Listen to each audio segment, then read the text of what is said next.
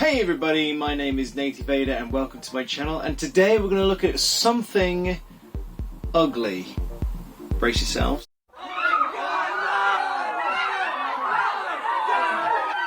Yes, this is incredibly ugly, but that's not what we're looking at today. We're looking at something less ugly, more beauty is in the eye of the beholder ugly. So without further ado, I present to you the Scorpios Rex. Yes, this came in the post yesterday, and I have to say I was blown away by this. As soon as I opened up the box, I'd never seen this thing in the flesh before, just some product photos, and immediately I was like, wow, this thing is huge. Yeah, and the detail is amazing, but we'll get into that. So first let's have a look around the box, and then we'll take this thing out of the box and get into the articulation of the cool things. So without further ado, let's So starting at the front of the box here, you've got the Scorpios Rex standing out there in the beautiful packaging, or E750 as you want to call it there. It is just ginormous. I keep forgetting how big this thing actually is. It seems bigger than it was in the show, but I might be mistaken. On the front of the packaging you can see Toro, the Jurassic World Camp Cretaceous logo there, and you've got the newest version of the Jurassic World toy line, Dino Escape. If you look in the background there, you can also see some fencing, and it also looks like here on the other side you can see how it's broken away there. I really love that attention to detail, and on the ground there you can also see dirt there. It's very impressive. I like the detail that they've got into just in the packaging alone. Slash and battle version of the Scorpios Rex. I do believe there is another version of this coming out that might be non-electronic, with Kenji and the gyrosphere, I think. The Netflix logo at the top. A couple of images here of it going against I think Herosaura, and the other picture there of the action features. And I believe that works when you activate one of these two buttons here, so we'll go ahead and try those out. So to activate those features you do have these two buttons here, and pushing this button,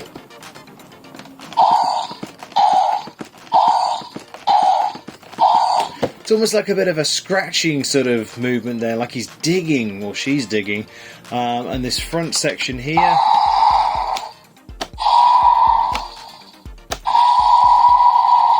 I think there are 3 different voice sound clips there.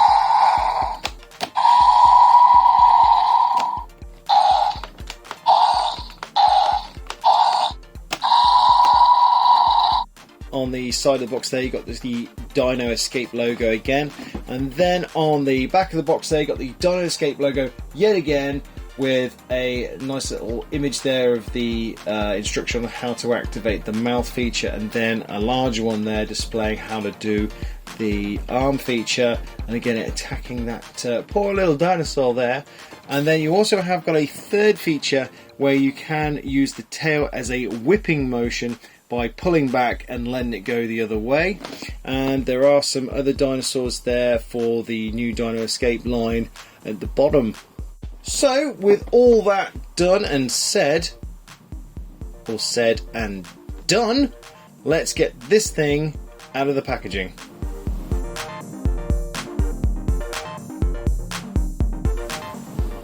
And since we have now got this out of the packaging, we can properly handle it and get our mitts all around this thing.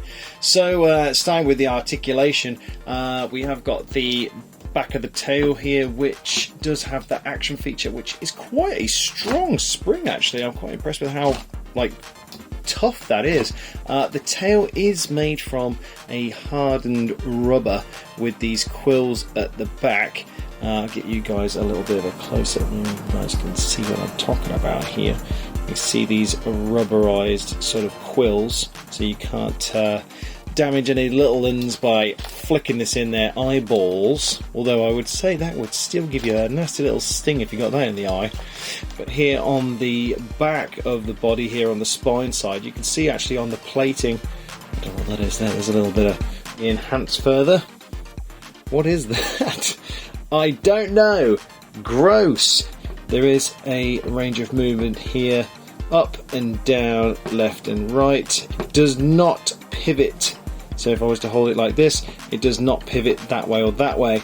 I think that might be down to the feature where it opens its mouth.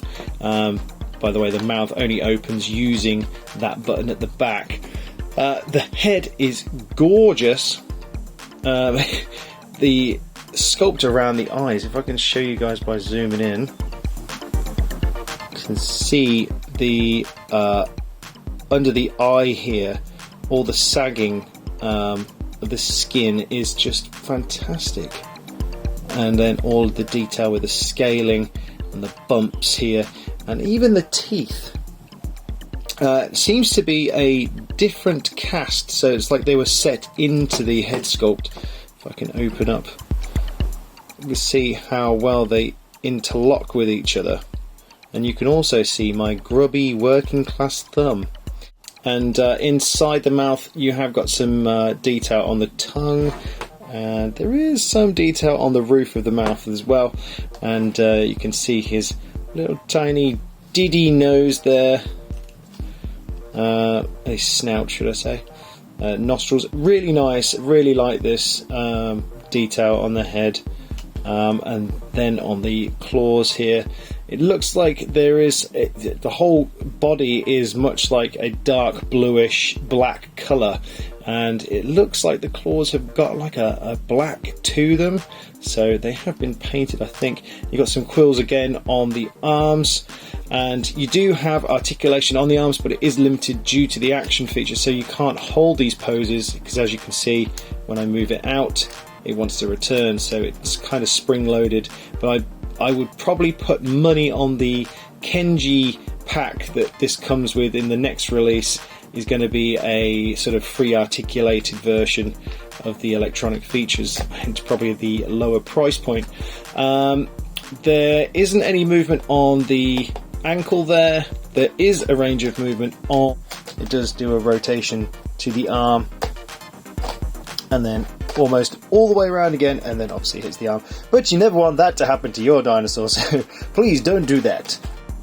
So there is no paint applied to the claws here at the bottom, but there is paint on the, well, I'd say it's like a high dew claw, but it's like a reverse knee joint claw, if you can call it that. There is paint on there, which is a nice touch.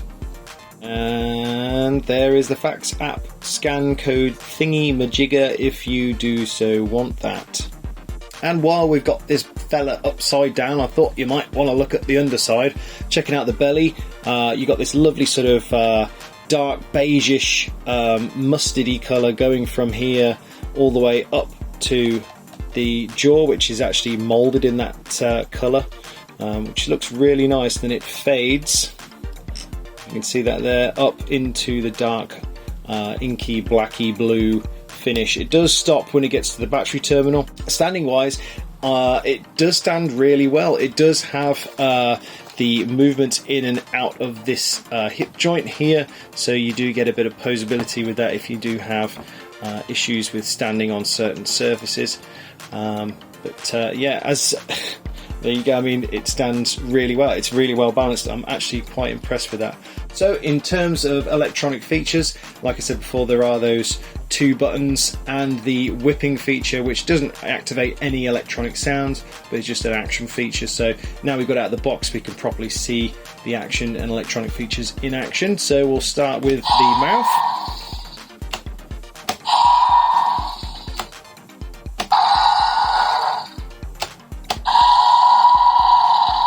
Nice. And we've got the grabby hands now, which do work better now they're out the box. They've got more freedom.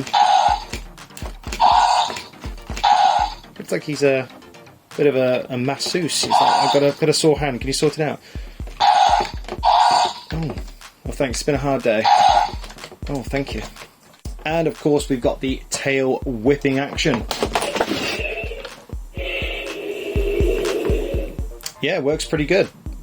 So size wise, what is this guy? Well, here we go. We've got the tape measure out, and he measures, or she measures, at just under 17 inches long. and roughly, oh, more exactly actually, 7 inches tall, which is mighty impressive. And width-wise, you're probably looking at about 4.5 inches to the outside of each foot. So while we're here, we might as well do a couple of size comparisons. So here is the Legacy Collection Jurassic World Spinosaurus. Yeah, it's not far off the same size. It's actually quite big next to it. I thought it was going to be dwarfed by the Spinosaurus, but yeah, it is quite big. Next up, we've got the Jurassic World Carnotaurus, the first released version. Yeah, it's actually bigger, I think, in terms of overall height. But, the head is just about the same, but yeah, it's definitely bigger. And if we stack a human next to it there, got an Owen Grady there, and yeah, he looks absolutely tiny in comparison with the Scorpius Rex. And just for a giggle, I thought I'd chuck in the Jurassic World Legacy Collection Brachiosaur next to it, and as you can see, it's no competition. The Brachiosaur wins hands down there. And next I thought I'd try a vehicle out, so this one's an oldie. It's the Jurassic World Textron truck by Matchbox. It has been heavily modded by myself after a fire incident a while back, but I think that scales quite nicely actually. I think that looks pretty cool next to that Scorpius Rex. Yeah, I like that. And the lights work too. And here's the Jurassic World Legacy Collection Jurassic Park Jeep 12. Yeah, it just, yeah, looks a bit big next to that, but I don't know, it kind of works for it as well. I am really impressed with this figure. I think it probably would have been the best figure of the year if the legs were better articulated and you had more range of movement with the arms other than the action feature. But other than that, I think it's an absolutely fantastic figure and I'm blown away by that sculpt. It's amazing. But anyway, thank you guys for watching. My name is Native Vader. I post almost daily on Instagram and Twitter, and of course it is always Jurassic related. Thank you guys for watching, and I'll see you in the next video. Yes? Yeah. Bye for now.